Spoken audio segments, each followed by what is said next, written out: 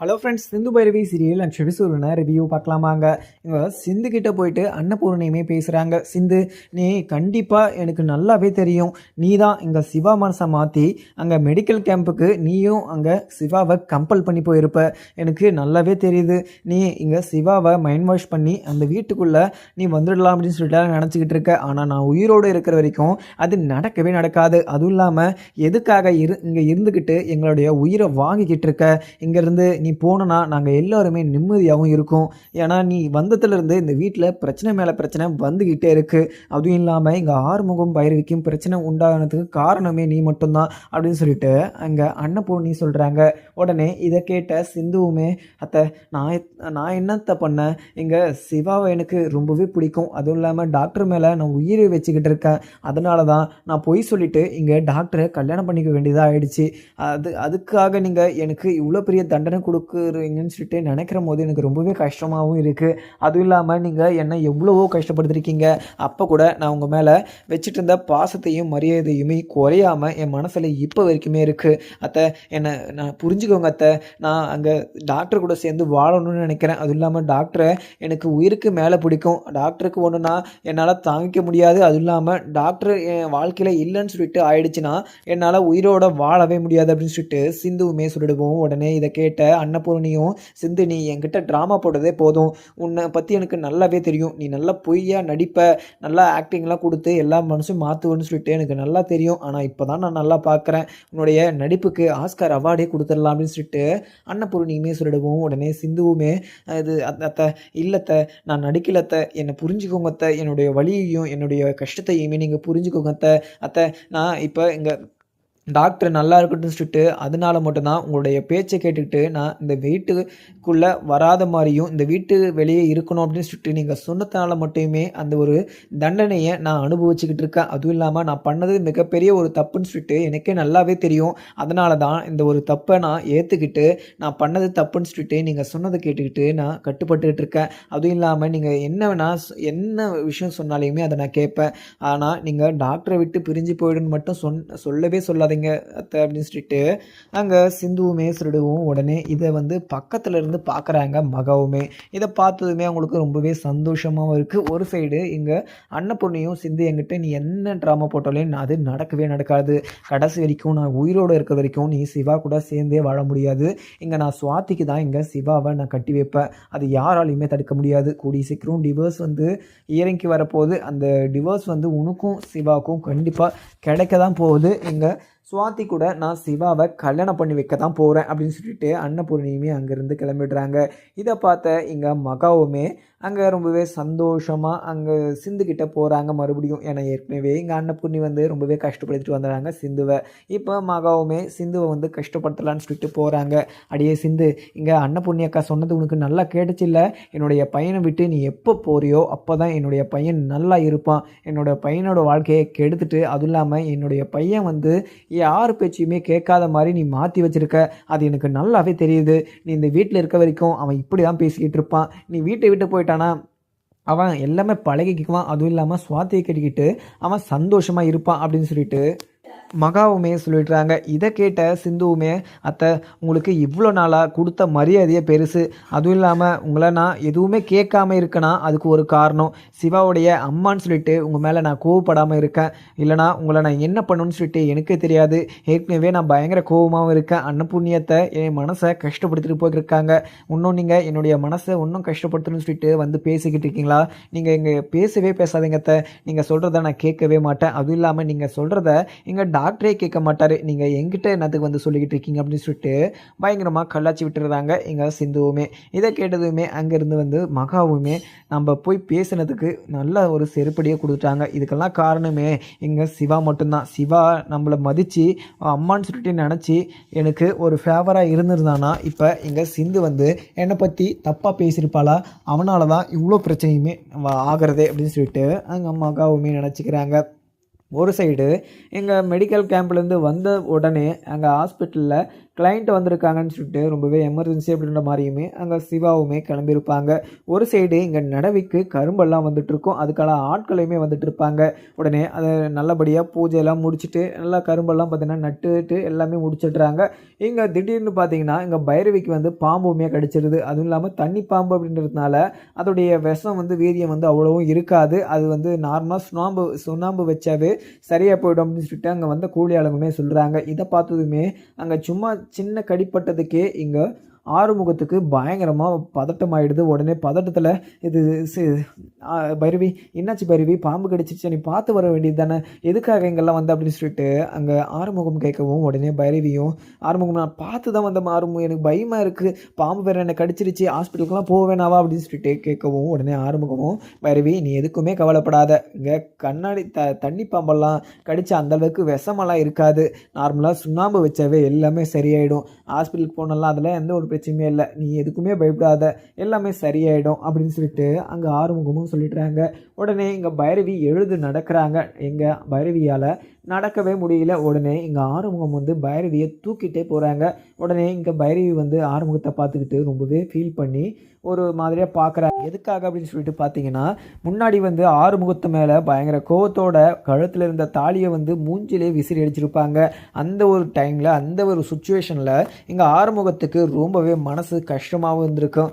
அந்த விஷயத்த நினச்சிக்கிட்டு இங்கே பைரவியுமே வருத்தப்படவும் உடனே இங்கே ஆறுமுகமும் அங்கே பைரவியை பார்த்து சிரிக்கிறாங்க. உடனே இங்கே ஆறுமுகத்தை பார்த்து பைரவியும் ஆறுமுகம் நான் உன் மேலே இவ்வளவோ கோவப்பட்டிருக்கேன், ஆனால் நீ என் மேலே இப்போ வரைக்குமே கோவப்படாமல் எனக்கு எதனா ஒன்றுனா நீ துடிச்சு போகிற, எப்படி ஆறுமுகமும் உன்னால் மட்டும் இப்படி அப்படின்னு சொல்லிட்டு இங்கே பைரவி சொல்லவும் உடனே ஆறுமுகமும் பைரவி நீ என்ன நம்பலை, எனக்கு நம்பலைன்னா பிரச்சனை இல்லை, நீ வந்து நான் வந்து உனக்கு உண்மையாக இல்லை அப்படின்லாம் நினச்சிக்கிட்டு இருக்க, ஆனால் நான் வந்து உனக்கு உண்மையாக இருக்கேன்னு சொல்லிட்டு என் மனசாட்சிக்கு தெரியும், எனக்கு அதுவே போதும், மற்றவங்களுக்கு புரிய வச்சு என்னுடைய அன்பை புரிய வச்சு நான் என்ன பண்ண போகிறேன், எனக்கு எந்த ஒரு யூஸுமே கிடையாது, என்ன நீ எல்லாம் நம்புவேன்னு சொல்லிட்டு நினச்சேன், ஆனால் நான் எந்த விஷயம் சொன்னாலையுமே நீ என்னை நம்பாமல் சந்தேக புத்தியாகவே இருக்க, மற்றபடி நான் உனக்கு எப்படி சொல்லி புரிய வைக்கிறது, அதுவும் இல்லாமல் என்னை நம்பாத ஒரு பர்சன்கிட்ட நான் கம்பல் பண்ணி எதனா ஒரு விஷயத்த நம்ப வச்சுனா இன்னும் தான் என் மேலே நம்பிக்கை இல்லாமல் ஒரு இது போகும்,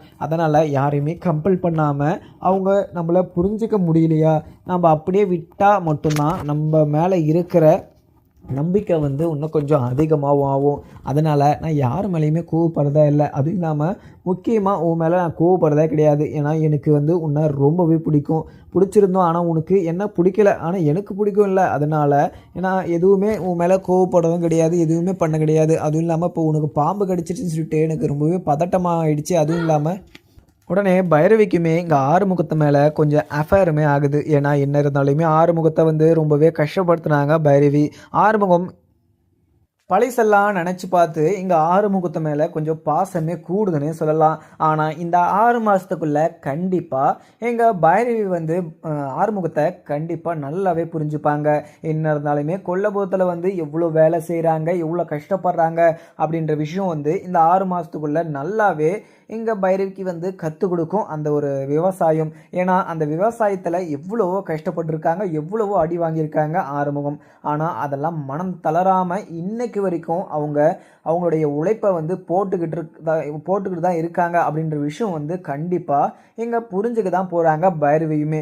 ஒரு சைடு வந்து இங்கே அன்னபூர்ணி ரூமுக்குள்ளே போயிட்டு இங்கே சிவா வந்து நம்மளை பார்த்து இப்படி ஒரு வார்த்தை கேட்டிருக்கக்கூடாது அப்படின்னு சொல்லிட்டு நினச்சிக்கிட்டு இருக்காங்க. என்ன இருந்தாலுமே இங்கே சிந்துவை நம்ம இந்த வீட்டில் விட்டுருக்கக்கூடாது, கோர்ட்டே இந்த வீட்டில் விடுறதுக்கு அனுபவிச்சிருந்தாலையும் நாம் இந்த வீட்டில் விட்டது மிகப்பெரிய ஒரு தப்பு. அவளை விட்டதுக்காக அவள் இவ்வளையும் எந்த விஷயத்தையும் பண்ணுவா, இன்னும் இதுக்கு மேலேயுமே பண்ணுவா அப்படின்னு சொல்லிட்டு அங்கே அன்னபூர்ணியுமே நினச்சிக்கவும் உடனே ஒரு சைடு இங்கே ஆறுமுகம் வந்து பைரவியை வீட்டுக்குமே தூக்கிட்டு வந்துடுறாங்க. வீட்டுக்குள்ளே வந்ததுமே அங்கே நடக்க முடியாததுனால ஆறுமுகமும் பைரவியை தூக்கிக்கிட்டு உள்ளேயுமே போகவும் உடனே இங்கே அன்னபூர்ணி வந்து சோபாவில் உட்காந்துக்கிட்டு அந்த விஷயத்தை பற்றி நினச்சிக்கிட்டு வருத்தப்பட்டுக்கிட்டுமே இருக்காங்க.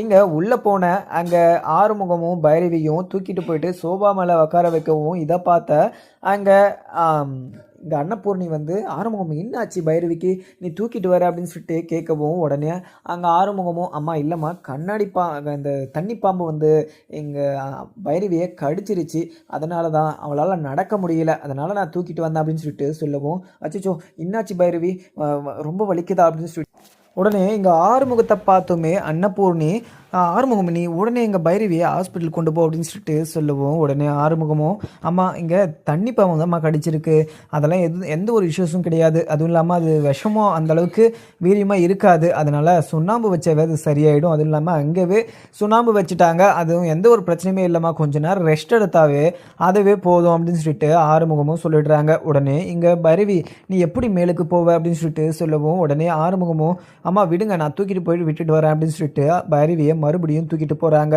இதை பார்த்துட்டு அங்கே அன்னபூர்ணிக்கு ரொம்பவே சந்தோஷம். உடனே நம்ம நினச்ச மாதிரியே எங்கள் பைரவிக்கு வந்து ஆறுமுகத்து மேலே கொஞ்சம் அஃபேர் வந்துருச்சு அதுவும் இல்லாமல் பைரவி வந்து ஆறுமுகத்து கூட சேர்ந்து சந்தோஷமாக இருப்பா எனக்கு இவளை பார்க்குற போது எனக்கு தெரியுது அப்படின்னு சொல்லிட்டு அன்னபூர்ணியுமே நினச்சிக்கிறாங்க. அதுக்கப்புறம் என்ன எங்கள் ஒரு சைடு சிந்துவுமே ரொம்பவே ஃபீல் பண்ணி அழுதுகிட்டு இருக்காங்க. அதுக்கப்புறம் இங்கே சிந்துவுமே அன்னபூர்ணியத்தை இப்படி சொன்ன பின்னாடி நான் என்ன பண்ணுறதுன்னு சொல்லிட்டு தெரியல ஆனால் என்னதான் இருந்தாலையும் அன்னபூர்ணியத்தையே சமாளித்து நான் இந்த வீட்டுக்குள்ளே வந்துடலாம் அவங்களுடைய மனசை மாற்றிடலாம் அப்படின்னு சொல்லிட்டு நினச்சேன். ஆனால் அன்னபூர்ணியத்தை எப்போவுமே மனசு மாற மாட்டாங்க போல். ஆனால் டாக்டர் மேலே நான் உயிரே வச்சுக்கிட்டு இருக்கேன் ஒன்று நான் இறக்கணும் இல்லை அவர் கூட சேர்ந்து வாழணும் அப்படின்னு சொல்லிட்டு ஒரு முடிவு எடுக்கவும் உடனே இங்கே சிந்துக்கு வந்து அன்னபூர்ணியத்துக்கு நம்ம 2 பேரும் சேர்ந்து வாழ விருப்பமே கிடையாது இந்த ஜென்மத்தில் அது நடக்கவே நடக்காது அதனால் நம்ம பேசாமல் யாருக்குமே தொந்தரவு இல்லாமல் நம்ம இறந்தே போயிடலாம் அப்படின்னு சொல்லிட்டு மருந்து குடிக்கிறதுக்காக பிளானுமே போடுறாங்க. ஆனால் இங்கே ஆறுமுகமும் மேலே பைரவியை கூட்டிகிட்டு போய் விட்டுட்டு பைரவி உனக்கு என்ன வேணுமோ கேளு நான் கொண்டு வந்து கொடுக்குறேன் அப்படின்னு சொல்லிட்டு சொல்கிறாங்க. உடனே பைரவியுமே இல்லை ஆறுமுகம் எனக்கு எதுவுமே வேணாம் எனக்கு ரெஸ்ட் எடுத்தா அதுவே போதும் அதுவும் இல்லாமல் அது கடிச்ச இடம் வந்து எனக்கு ரொம்பவே வலிச்சுக்கிட்டே இருக்குது அதுதான் வேறு எதுவுமே இல்லை அப்படின்னு சொல்லிட்டு சொல்லவும் உடனே ஆறுமுகமும் பைரவி நான் இழுத்து விடவா நீவி விடவா அப்படின்னு சொல்லிட்டு கேட்கவும் உடனே அங்கே பைரவியும் இல்லை ஆறுமுகம் எனக்கு எந்த ஒரு விஷயத்தும் கிடையாது நீ போ அப்படின்னு சொல்லிட்டு சொல்லிடுறாங்க. உடனே அங்கே பைரவியுமே உள்ளே உக்காந்துக்கிட்டு ஆர்வமும் நம்மளுக்காக எவ்வளவோ பண்ணுறாரு ஆனால் அவர் வந்து நம்ம ரொம்பவே தப்பாகவும் நினச்சிட்டோம். ஆனால் அந்த விஷயம் நான் இங்கே சஞ்சய் கிட்ட பணம் வாங்கின விஷயம் வந்து கண்டிப்பாக இங்கே சஞ்சய்க்கும் எனக்கும் தெரியும் ஆனால் இங்கே ஆறுமுகத்துக்கு எப்படி தெரிஞ்சுன்னு தெரியல. ஆனால் இங்கே சொல்லியிருந்தா கண்டிப்பாக சஞ்சய் சொல்லியிருக்கிறதுக்கு வாய்ப்பு இருக்குது.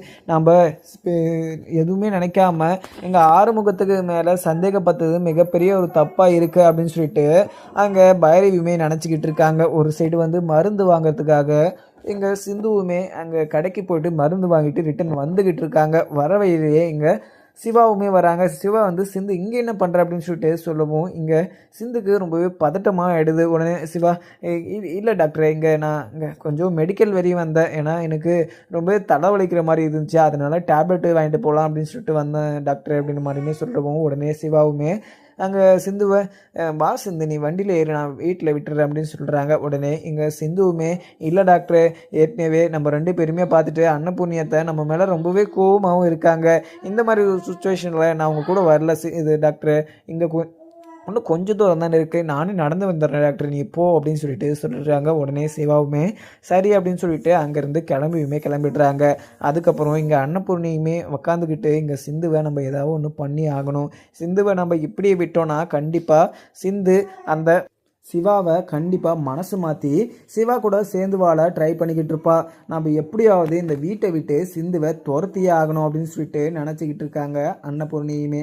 அதுவும் இல்லாமல் இங்கே சிவாவுக்குமே எங்கள் சிந்துக்கும் 2 பேருக்கும் இயரிங்குமே இருக்குது. அந்த டைமில் நம்ம கண்டிப்பாக சிவாக்கும் சிந்துக்கும் டிவோர்ஸ் வாங்கிட்டு அடுத்த கையோட சுவாதிக்கும் சிவாவுக்கும் நம்ம கல்யாணத்தை பண்ணி வைக்கணும் அப்படின்னு சொல்லிட்டு அங்கே அன்னபூர்ணியுமே முடிவெடுக்கவும் ஆனால் அதுக்கு முன்னாடியே இங்கே விபரீதமான ஒரு முடிவவே எடுத்துட்டாங்க சிந்துவும். ஏன்னா சிந்து வந்து மிகப்பெரிய மரியாதையும் அக்கறையும் வச்சுட்டு இருந்த அன்னபூர்ணியே நீ இங்கேருந்து தொலைஞ்சி போ அப்படின்னு சொல்லிட்டு சொன்ன வார்த்தையை கேட்டு நான் உயிரோடையே இருக்க மாட்டேன் அதுவும் இல்லாமல் இங்கே சிவாவை நினச்சிக்கிட்டு சிவா வேற ஒருத்தரை கல்யாணம் பண்ணுறத என்னால் பார்க்க முடியாதுன்னு சொல்லிட்டு அங்கே உயிரவே மாற்றிக்கவும் முடிவு பண்ணிடுறாங்க. அதுக்கான மருந்துமே வாங்கிட்டு வராங்க. ஆனால் இங்கே அன்னபூர்ணி கொஞ்சம் கூட இங்கே சிந்துவை புரிஞ்சிக்காமல் சிந்துவை ரொம்பவே கஷ்டப்படுத்திட்டு அங்கே அன்னபூர்ணி வந்து ரொம்பவே சந்தோஷமாக இருக்கலான்னு சொல்லிட்டு நினச்சிக்கிட்டு இருக்காங்க. ஆனால் அன்னபூர்ணி எடுக்கிற முடிவெல்லாம் ரொம்பவே தப்பாகவும் எடுத்துக்கிட்டு இருக்காங்க. அதுவும் இல்லாமல் இங்கே அன்னபூர்ணிக்கு மிகப்பெரிய ஒரு ஆப்பே வைக்க போகிறாங்க இங்கே ஸ்னேகாவுமே. ஏன்னா ஸ்னேகா வந்து முன்னாடியே மகா கிட்டேயும் அன்னபூர்ணிக்கிட்டேயுமே இந்த கல்யாணத்தை நீங்கள் எப்படி நடத்துறீங்கன்னு பார்க்கலாம், அதுவும் இல்லாமல் எனக்கு தெரியாமல் எனக்கு பிடிச்சவங்கள நீங்கள் வேறு ஒருத்தருக்கு கல்யாணம் பண்ணி வச்சிங்கன்னா அதை நான் பார்த்துட்டு சும்மா இருக்க மாட்டேன், நான் உங்களை உண்டு இல்லைன்னு பண்ணிடுவேன் அப்படின்னு சொல்லிட்டு ஒரு வார்னிங்குமே கொடுத்துட்டு போயிருப்பாங்க. அதையும் மீறியுமே இங்கே அன்னபூர்ணி வந்து கண்டிப்பாக சுவாதிக்கும் சிவாவுக்கும் கல்யாணம் பண்ணி வைக்கிறது சாத்தியமே கிடையாது. அதுவும் இல்லாமல் சுவாதியுமே சிவாவை நினச்சிக்கிட்டு கடைசி வரைக்கும் காலத்தை ஓட்ட வேண்டியது தான். கடைசியில் இங்கே சிந்து கூட தான் சேர்ந்து வாழ வேண்டியதாக இருக்கும் இங்கே சிவாவுமே.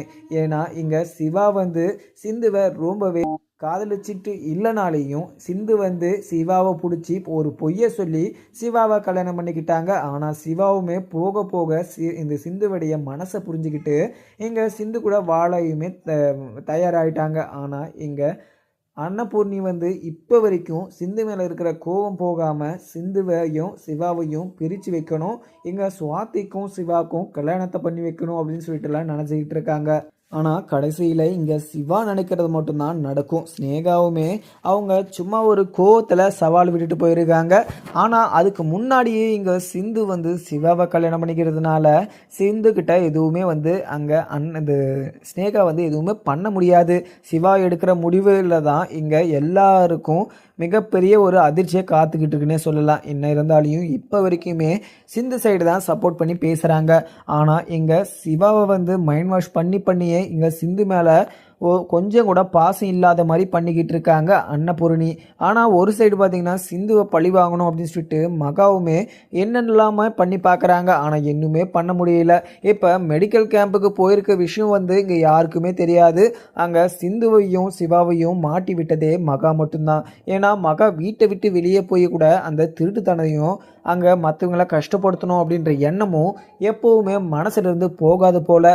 ஏன்னா இங்கே சிவாவும் சிந்துவும் 2 பேரும் சேர்ந்து கேம்பஸ் இன்டர்வியூக்கு இங்கே மெடிக்கல் கேம்புக்காக போயிருப்பாங்க. அந்த விஷயத்தை எப்படியோ ஒன்று கண்டுபிடிச்சி அந்த விஷயத்த அன்னபூர்ணிக்கிட்ட சொல்லி அன்னபூர்ணிக்கு இந்த விஷயத்த தெரிவித்து அங்கே சிவாவையும் சிந்துவையும் இவங்க 2 பேரையுமே ரொம்பவே கஷ்டப்படுத்திருப்பாங்க. இதெல்லாம் கேட்டு கூட அங்கே மனம் தளராமல் இங்கே சிந்துவுமே சிவா கிட்ட, டாக்டர் நீ எனக்காக இப்படி நிற்கிறத நினைக்கிற போது எனக்கு ரொம்பவே சந்தோஷமாகவும் இருக்குது. அதுவும் இல்லாமல் எனக்கு இருக்கிற சந்தோஷத்துக்கு இப்போவே என்னுடைய உயிர் போனாலையும் சந்தோஷமாக போகட்டும் அப்படின்னு சொல்லிட்டு நான் விடுவேன். ஏன்னா எனக்கு நீ சப்போர்ட் பண்ணி பேசினதே எனக்கு மிகப்பெரிய சந்தோஷமாகவும் இருக்குது. எனக்காக நீ நிற்கிற அப்படின்ற ஒரு தைரியத்தில் மட்டும்தான் இப்போ வரைக்கும் என்னுடைய உயிரை என்னுடைய கையில் பிடிச்சிக்கிட்டு இருக்கேன் அப்படின்னு சொல்லிட்டு சிந்துவுமே சுரிடவும். உடனே இங்கே சிவா வந்து சிந்து எதுக்காக இப்படியெல்லாம் பேசிக்கிட்டு இருக்க, இப்படி பேசுறது எனக்கு கொஞ்சம் கூட பிடிக்கல, உனக்காக நான் என்ன வேணால் பண்ணுவேன். அதுவும் இல்லாமல் அதை அன்னபூர்ணி பிரேமா வந்து உன்னுடைய மனசை புரிஞ்சிக்காமல் இப்படிலாம் பண்ணிக்கிட்டு இருக்காங்க. கடைசியில் உன்னுடைய மனசையும் உன்னுடைய கேரக்டரையுமே புரிஞ்சுக்கிட்டு கண்டிப்பாக உன்னை மன்னிச்சு என்னுடைய சேர்ந்து வாழ அவங்க கண்டிப்பாக சம்மதிப்பாங்க அப்படின்னு சொல்லிட்டு சிவா வந்து சிந்துக்கிட்டேயுமே சொல்லிடுவோம். உடனே சிந்துவுமே கேட்டுட்டு சரிங்க டாக்டர் எனக்கு கொஞ்சம் வெளியில் வேலை இருக்குது நான் கிளம்புறேன்னு சொல்லிட்டு அங்கேருந்து சிந்துவுமே கிளம்பியிருப்பாங்க.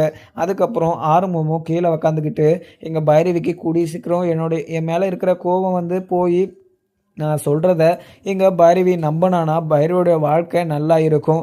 எங்கள் பைரவி வந்து கண்மூடித்தனமாக பெஸ்ட் ஃப்ரெண்டுன்னு சொல்லிட்டு சஞ்சயை நம்பிக்கிட்டு இருக்கா.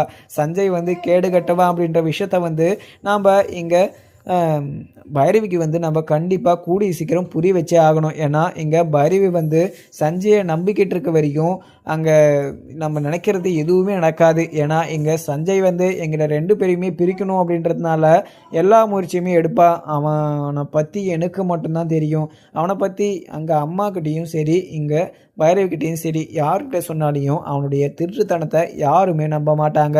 அதனால் நம்ம அவனுடைய தப்பெல்லாம் நம்ம வெட்ட வெளிச்சமாக்கணும் அப்படின்னு சொல்லிட்டு ஆறுமுகமும் பிளான் போடவும் அங்கே இங்கே சிந்து வந்து இங்கே மெடிக்கல் ஷாப்புக்கு போயிட்டு மருந்து கடைக்கு போயிட்டு அந்த மருந்தையுமே வாங்கிட்டு வந்து சாப்பாட்டில் மிக்ஸ் பண்ணி சாப்பிட்டுடுறாங்க.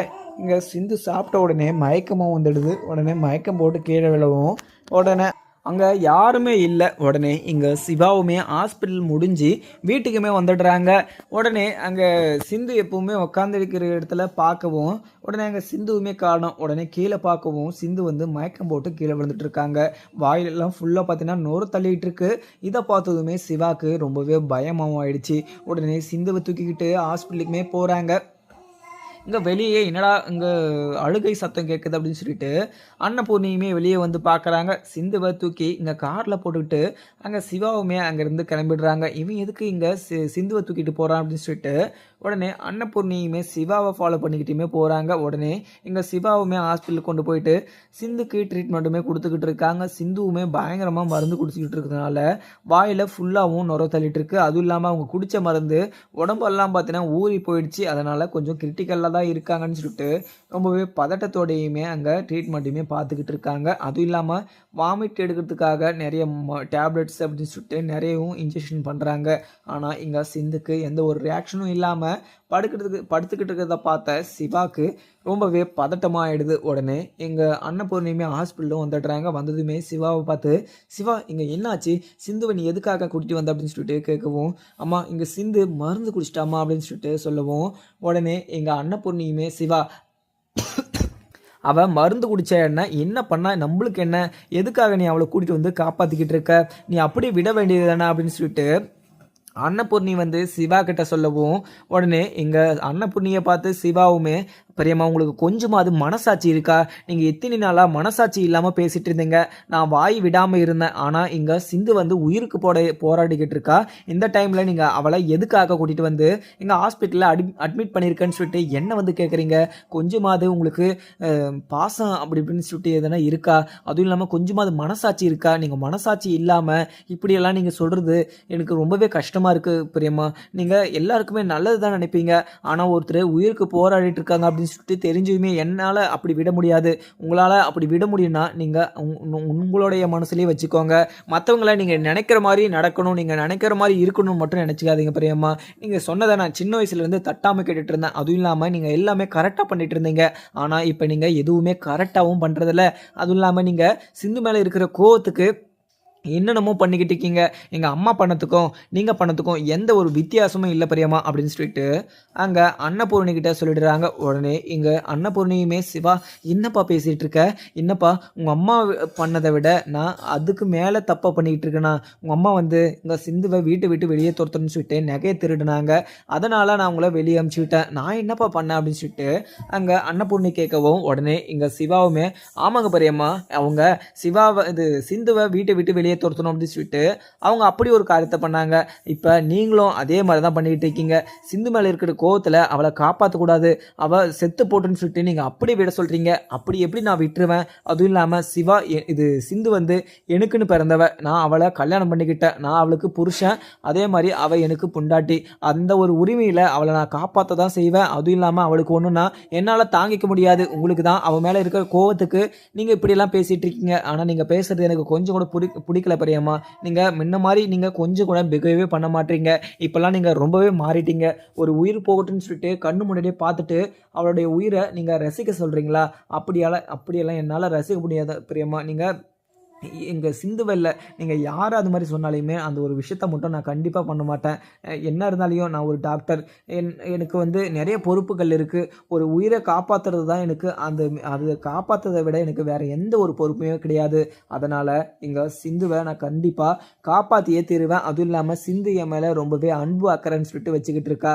அதுவும் இல்லாமல் சிந்துக்கிட்ட யாரோ ஏதோ போய் பேசியிருக்காங்க, அதனால தான் எங்கள் சிந்துவுமே மருந்து குடிச்சிருக்கான்னு சொல்லிட்டு சொல்லியுமே நீங்கள் சிந்து வந்து காப்பாற்ற வேணான்னு சொல்லிட்டு சொல்கிறத நினைக்கிற போது எனக்கு ரொம்பவே கவலையாகவும் இருக்குது அப்படின்ற மாதிரியுமே சொல்லிட்டுறாங்க.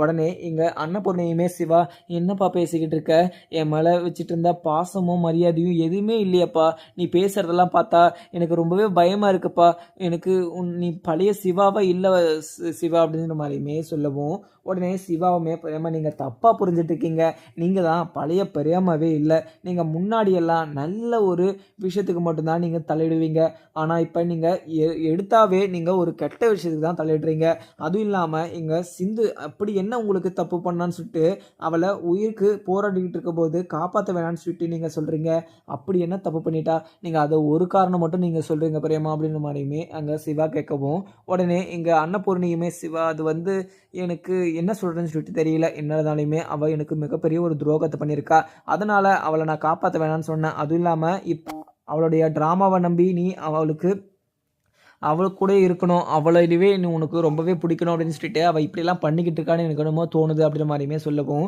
உடனே எங்கள் சிவாவுமே அது அன்னபூர்ணி பிரேமா நீங்கள் சொல்கிறத கேட்குற போது எனக்கு ரொம்பவே கஷ்டமாகவும் இருக்குது. நீங்கள் போய் இப்படியெல்லாம் பேசுவீங்கன்னு சொல்லிட்டு எனக்கு ரொம்பவே கஷ்டமாக இருக்குது. நீங்கள் இப்படியெல்லாம் பேசக்கூடாது பிரியம்மா. என்னதான் இருந்தாலும் இங்க சிந்து வந்து ரொம்பவே கஷ்டப்பட்டுருக்கா. இந்த வீட்டுக்காக எவ்வளவோ நல்லது பண்ணியிருக்கா. நீங்கள் அதெல்லாம் யோசிக்காமல் அவள் பண்ண ஒரு தப்பை மட்டும் நீங்கள் யோசிச்சு அவளை இந்த வீட்டிலேயே வைக்கக்கூடாது. அவள் பண்ணது மிகப்பெரிய ஒரு தப்பு எல்லாம் நினச்சிக்கிட்டு இருக்கீங்க. தப்பு பண்ணவங்களுக்கு தண்டனை கொடுக்குறது இருக்குது. அதுவும் இல்லாமல் தப்பு பண்ணவங்களுக்கு மன்னிப்புமே இருக்குது. அவள் அப்படி என்ன தப்பு பண்ணிட்டா? என்ன பிடிச்சிருந்துச்சி, அதனால் உங்ககிட்ட பொய் சொல்லிட்டு ஒரு கல்யாணத்தை பண்ணா. மற்றபடி எந்த ஒரு தப்புமே பண்ணாத சிந்துவை நீங்கள் இப்படி ஒரு பழி வாங்குறது மிகப்பெரிய ஒரு தப்பு பெரியம்மா அப்படின்னு சொல்லிட்டு அங்கே சிவாவுமே சொல்லிடுறாங்க. அதுக்கப்புறம் எனக்கு பார்க்கலாமாங்க. வீடியோ பிடிச்சா லைக் பண்ணுங்கள். தேங்க்யூ.